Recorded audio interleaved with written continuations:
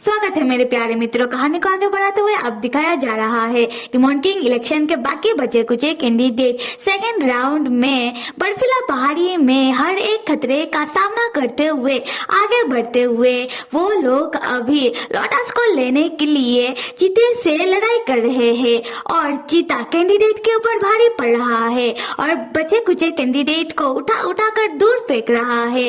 तब drone camera भी ये नजारा रिकॉर्ड कर रहा था। हम टैन को भी देखते हैं जो पहाड़ के ऊपर चढ़ के अपने बाकी दोस्तों के साथ और भाईजीन के साथ ये नजारा देख रहा था। तब जीरो टैन से कहता है, टैन तुम डोडो को लेकर फिक्र मत करो, तुमने डोडो के लिए जो डिसीजन लिया है वो बिल्कुल सही है और डोडो उधर बाकियों के साथ मजा कर रहा होगा। टैन कहता है, हाँ मेरा बेटा उधर मस्त होगा और ऐसे भी ठंड में वो इधर आकर क्या करेगा, उधर उसे गर्माहट मिल रहा होगा और जब डोडो बड़ा हो जाएगा तब मुझे उसका फिक्र नहीं करना होगा। उसके बाद टैन मन में सोचता है कि टैन को डोडो का फिक्र हो रहा है और टैन डोडो को छोड़कर नहीं आना चाहता था। अगले सीन में हम देखते हैं कि टैन ने उसी बर्फीला पहाड़ी की एक प्लेस में चारों ओर बैरियर लगाकर एक बीच जैसा नजारा डोडो के लिए तैयार कर दिया है और डोडो वहाँ बैठकर मजे से गर्माहट को महसूस करते हुए अपना स्नैक्स खा रहा है और उधर ही हम टैन के चारों दोस्तों को देखते हैं और साथ में जूनियर चैन को, जहाँ येलो बिंदी वाला आदमी अपना तलवार को साफ करते हुए बाकियों से कह रहा था, हम तो यहाँ भैया टैन के सेकंड राउंड में मदद करने के लिए आए थे, सोचा था कि और लड़ाई वड़ाई करेंगे और भैया टैन ने तो हमें अपने बेटे का बेबी सीटर बना दिया। पंगु वाला आदमी कहता है, तुम तो कुछ भी कहते हो, अरे समझा करो, डोडो का ध्यान रखना और उसे हर एक खतरे से बचाना ये हमारा लड़ाई का ही हिस्सा है। तब हंटर वाली लड़की थोड़ा नौटंकी करते हुए कहती है कि काश मुझे पता होता कि इस बर्फीला पहाड़ी में बीच वाला नजारा होने वाला है तो मैं अपने साथ अपना फेस मास्क लेकर आती और उसे लगाती। ये सुनकर येलो बिंदी वाला आदमी कहता है, अगर तुम अपना फेस मास्क लगा लेती तो क्या होता, क्या तुम चेंज हो जाती, क्या तुम कोई हीरोइन बन जाती, रहती तो तुम वही बुड्ढी कही की। तब ये सुनकर हंटर वाली लड़की को बहुत गुस्सा आता है और वो येलो बिंदी वाला आदमी को जोर से पकड़ के बहुत ज्यादा मारने और पीटने लगती है, ये कहते हुए कि साले तूने बुड्ढी किसको कहा, तू होगा बुढ़ा। उसी वक्त हम एक आदमी को देखते हैं जो दूर से टैन ने डोडो के लिए जिस प्लेस में बैरियर लगाया है उस प्लेस को देखते हुए एक शैतानी स्माइल कर रहा था। खैर आते हैं आइस माउंटेन स्नो चीते के पास जो गुस्से में धार रहा है और जो भी कैंडिडेट चीते के साथ लड़ाई करने के लिए जा रहा है या फिर आइस माउंटेन लोटस को उससे लेने के लिए जा रहा है, चीता सबको अपना एक धार से ही दूर फेंके जा रहा है और सबको घायल किए जा रहा है। तब हम घायल कैंडिडेट को देखते हैं जो आपस में बात कर रहे थे, जहां एक कैंडिडेट कह रहा था कि ये चीता तो मान ही नहीं रहा, मैंने इस चीते को कितने सारे लोटस दिए पर ये चीता सारे लोटस को इग्नोर कर रहा है। दूसरा कैंडिडेट कहता है, क्या तुम बेवकूफ हो, इस चीते के पास है आइस माउंटेन लोटस तो वो तुम्हारा ऑर्डिनरी दिया हुआ लोटस को क्यों देखेगा। बाकी कैंडिडेट का कचूमर बनने के बाद हम देखते हैं वैम्पायर राक्षस और उसके ग्रुप को और वो लोग भी चीते के साथ लड़ाई में घायल हो चुके हैं पर हार मानने के लिए तैयार नहीं है। वैम्पायर राक्षस तब अपने मन में गुस्से में कहता है कि मैंने तो सोचा था मैं अपने स्किल के साथ इसे हरा दूंगा पर अब देख रहा हूँ कि हमने इस चीते को और गुस्सा दिला दिया है। ये सिचुएशन तो अभी समय के साथ और कठिन होता जा रहा है और आप लोग यही सोच रहे होंगे ना कि वैम्पायर राक्षस ने तो फर्स्ट राउंड में टैन से बिना लड़ाई किए ही मैदान छोड़ दिया था, तो वो सेकंड राउंड में क्या कर रहा है। तो मैं बता दूं कि डिमॉन किंग इलेक्शन में सिर्फ ताकत ही नहीं उसके साथ लोगों का वोट और एल्डर्स का जजमेंट मायने रखता है। इसी चलते वैम्पायर राक्षस सेकंड राउंड में आ पाया। खैर आते स्टोरी में वापस, टैन तैन और बाजिन पहाड़ के ऊपर से चीते को आक्रमण होता हुआ देख रहे थे। तैन बाजिन से कहता है, ये चीता कोई मामूली चीता नहीं है, ये एक प्राचीन स्पिरिट राक्षस है और इसके साथ बहुत मजा आएगा। बाजिन पूछता है, तैन क्या तुमने कोई रणनीति सोचा है? जिहो कहता है कि मेरे प्यारे तैन, मैंने रणनीति सोच लिया। सुनो, अभी तुम और बाजिन जाकर चीते का ध्यान भटकाओगे, उसके साथ लड़ाई बड़ाई करके उसे लोटस से थोड़ा दूर लेकर जाओगे और मैं और रूलन पीछे से जाकर चुपके से लोटस को उठा लेंगे और हम जीत जाएंगे। हम इसी रणनीति के ऊपर काम करेंगे। तो फिर तेरा तैन तब क्रीपी वे से कहता है कि जी हो, चलो मैं तुम्हारा रणनीति को थोड़ा उल्टा कर लेता हूँ। तुम जाकर चीते के साथ लड़ाई करो और हम जाकर लोटस को उठाएंगे। बताओ ये कैसा रहेगा? जिहो तब जल्दी में रूलन का हाथ पकड़ के आइस माउंटेन लोटस को लेने के लिए पहाड़ी के पीछे जाने लगता है। तैन को ये कहते हुए कि तैन जो शक्तिशाली है वही चीते से लड़ाई करेगा और मुझे पता है कि तुम बहुत शक्तिशाली हो और मुझे तुम्हारे और बाजिन के ऊपर यकीन है कि तुम दोनों चीते को लड़ाई में हरा दोगे और तुम दोनों हम दोनों के ऊपर विश्वास रखना कि मैं और रूलन लोटस को समय रहते लेकर आ जाएंगे, ठीक है? रूलन जिहो के साथ जाते हुए कहता है कि जिहो मैं भी तो शक्तिशाली हूँ। जिहो कहता है कि तुम चुप रहो, जैसा मैंने कहा वैसा ही होगा।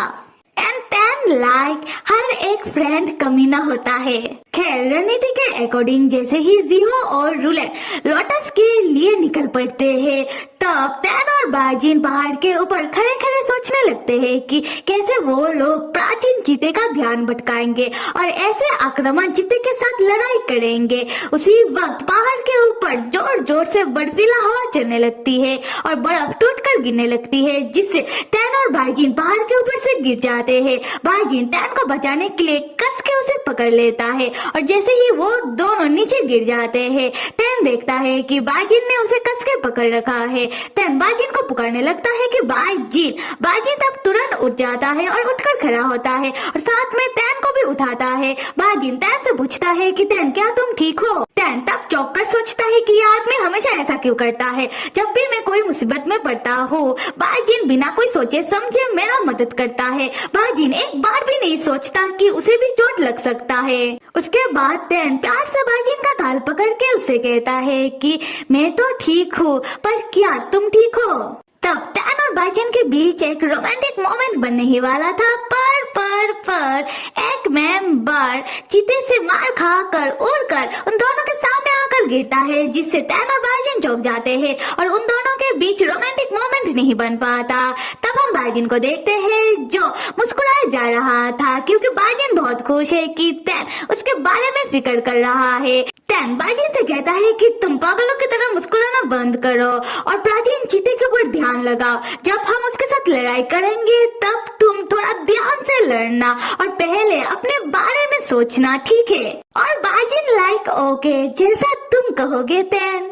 दूसरी तरफ हम डिमॉन किंग इलेक्शन के सेकेंड राउंड के गिने चुने कुछ कैंडिडेट और उनके ग्रुप मेंबर को देखते हैं जो चीते के साथ लड़ाई करने के बाद अपना हार मान लिया है, क्योंकि चीते ने उन लोगों को कचूमर बना डाला और वो लोग चीते से मार खा कर बर्फ में इधर उधर गिरे पड़े हैं और रो रो कर कह रहे थे कि ये इलेक्शन का सेकेंड राउंड हो रहा है या फिर एल्डर्स उन लोगों को सजा दे रहे हैं, क्योंकि चीते के साथ लड़ाई करके लोटस को लेना ये तो नामुमकिन है।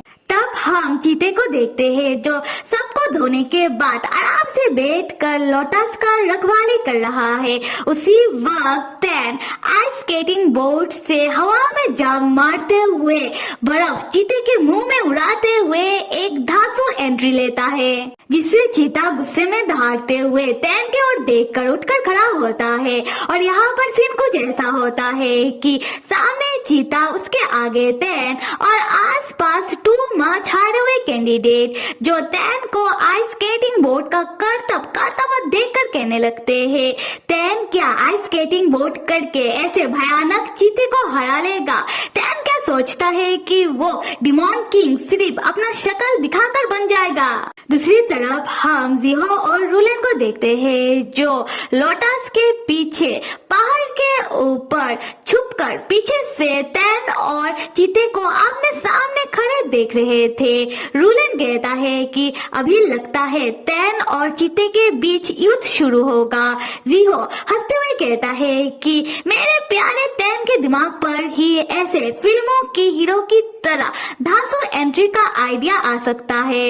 रूलन जिहो का फिक्र करते हुए कहता है कि जिहो तुम यही रहना और मौका पाते ही मैं जाकर आइस माउंटेन लोटस को उठा लूंगा। जिहो कहता है नहीं, लोटस को तो नहीं उठाऊंगा। और यह रूलन और जिहो के बीच बहस शुरू हो जाता है कि कौन जाकर लोटस को उठाएगा। इस चक्कर में जिहो का पैर फिसल जाता है और वो बर्फीला पहाड़ी के नीचे गिरने लगता है। रूलन जिहो को बचाने के चक्कर में वो भी जिहो के साथ गिर जाता है और वो दोनों जाकर किसी जादुई चीज के ऊपर गिरते हैं और यहाँ पर ऐसा लगता है कि वो चीज रूलन और जिहो को बर्फीला पहाड़ के अंदर खींच लेता है। और उधर ही हम वैम्पायर राक्षस को देखते हैं जो वही पहाड़ के पीछे छुपा हुआ था और वो रूलन और जिहो का बातें भी सुन लेता है और साथ में उन दोनों को गिरता हुआ देख लेता है। तब वैम्पायर राक्षस जिहो और रूलन की बातों से समझ जाता है कि तैन का रणनीति क्या है और मुस्कुराते हुए अपने मन में कहता है, तुम लोगों का हिम्मत कैसे हुआ कि तुम लोग मुझसे आइस माउंटेन लोटस को ले लो, मैं ही लोटस को सबसे पहले उठाऊंगा। उसके बाद वैम्पायर राक्षस उठकर आता है और पहाड़ के ऊपर से चेक करने लगता है कि जिहो और रूलन कहीं उठकर तो नहीं आ रहे और चेक करने के बाद वो अपने मन में चौंक कर कहता है कि अरे वो दोनों तो इधर से ही गिरे थे, पर चले कहाँ गए। तो फिर मेरे प्यारे मित्रों, क्या लगता है कहानी में आगे क्या होगा? और कहानी को आगे देखने के लिए आप सब लाइक, सब्सक्राइब और कमेंट करना तो बिल्कुल भी मत भूलिएगा। Till then stay with me and see you.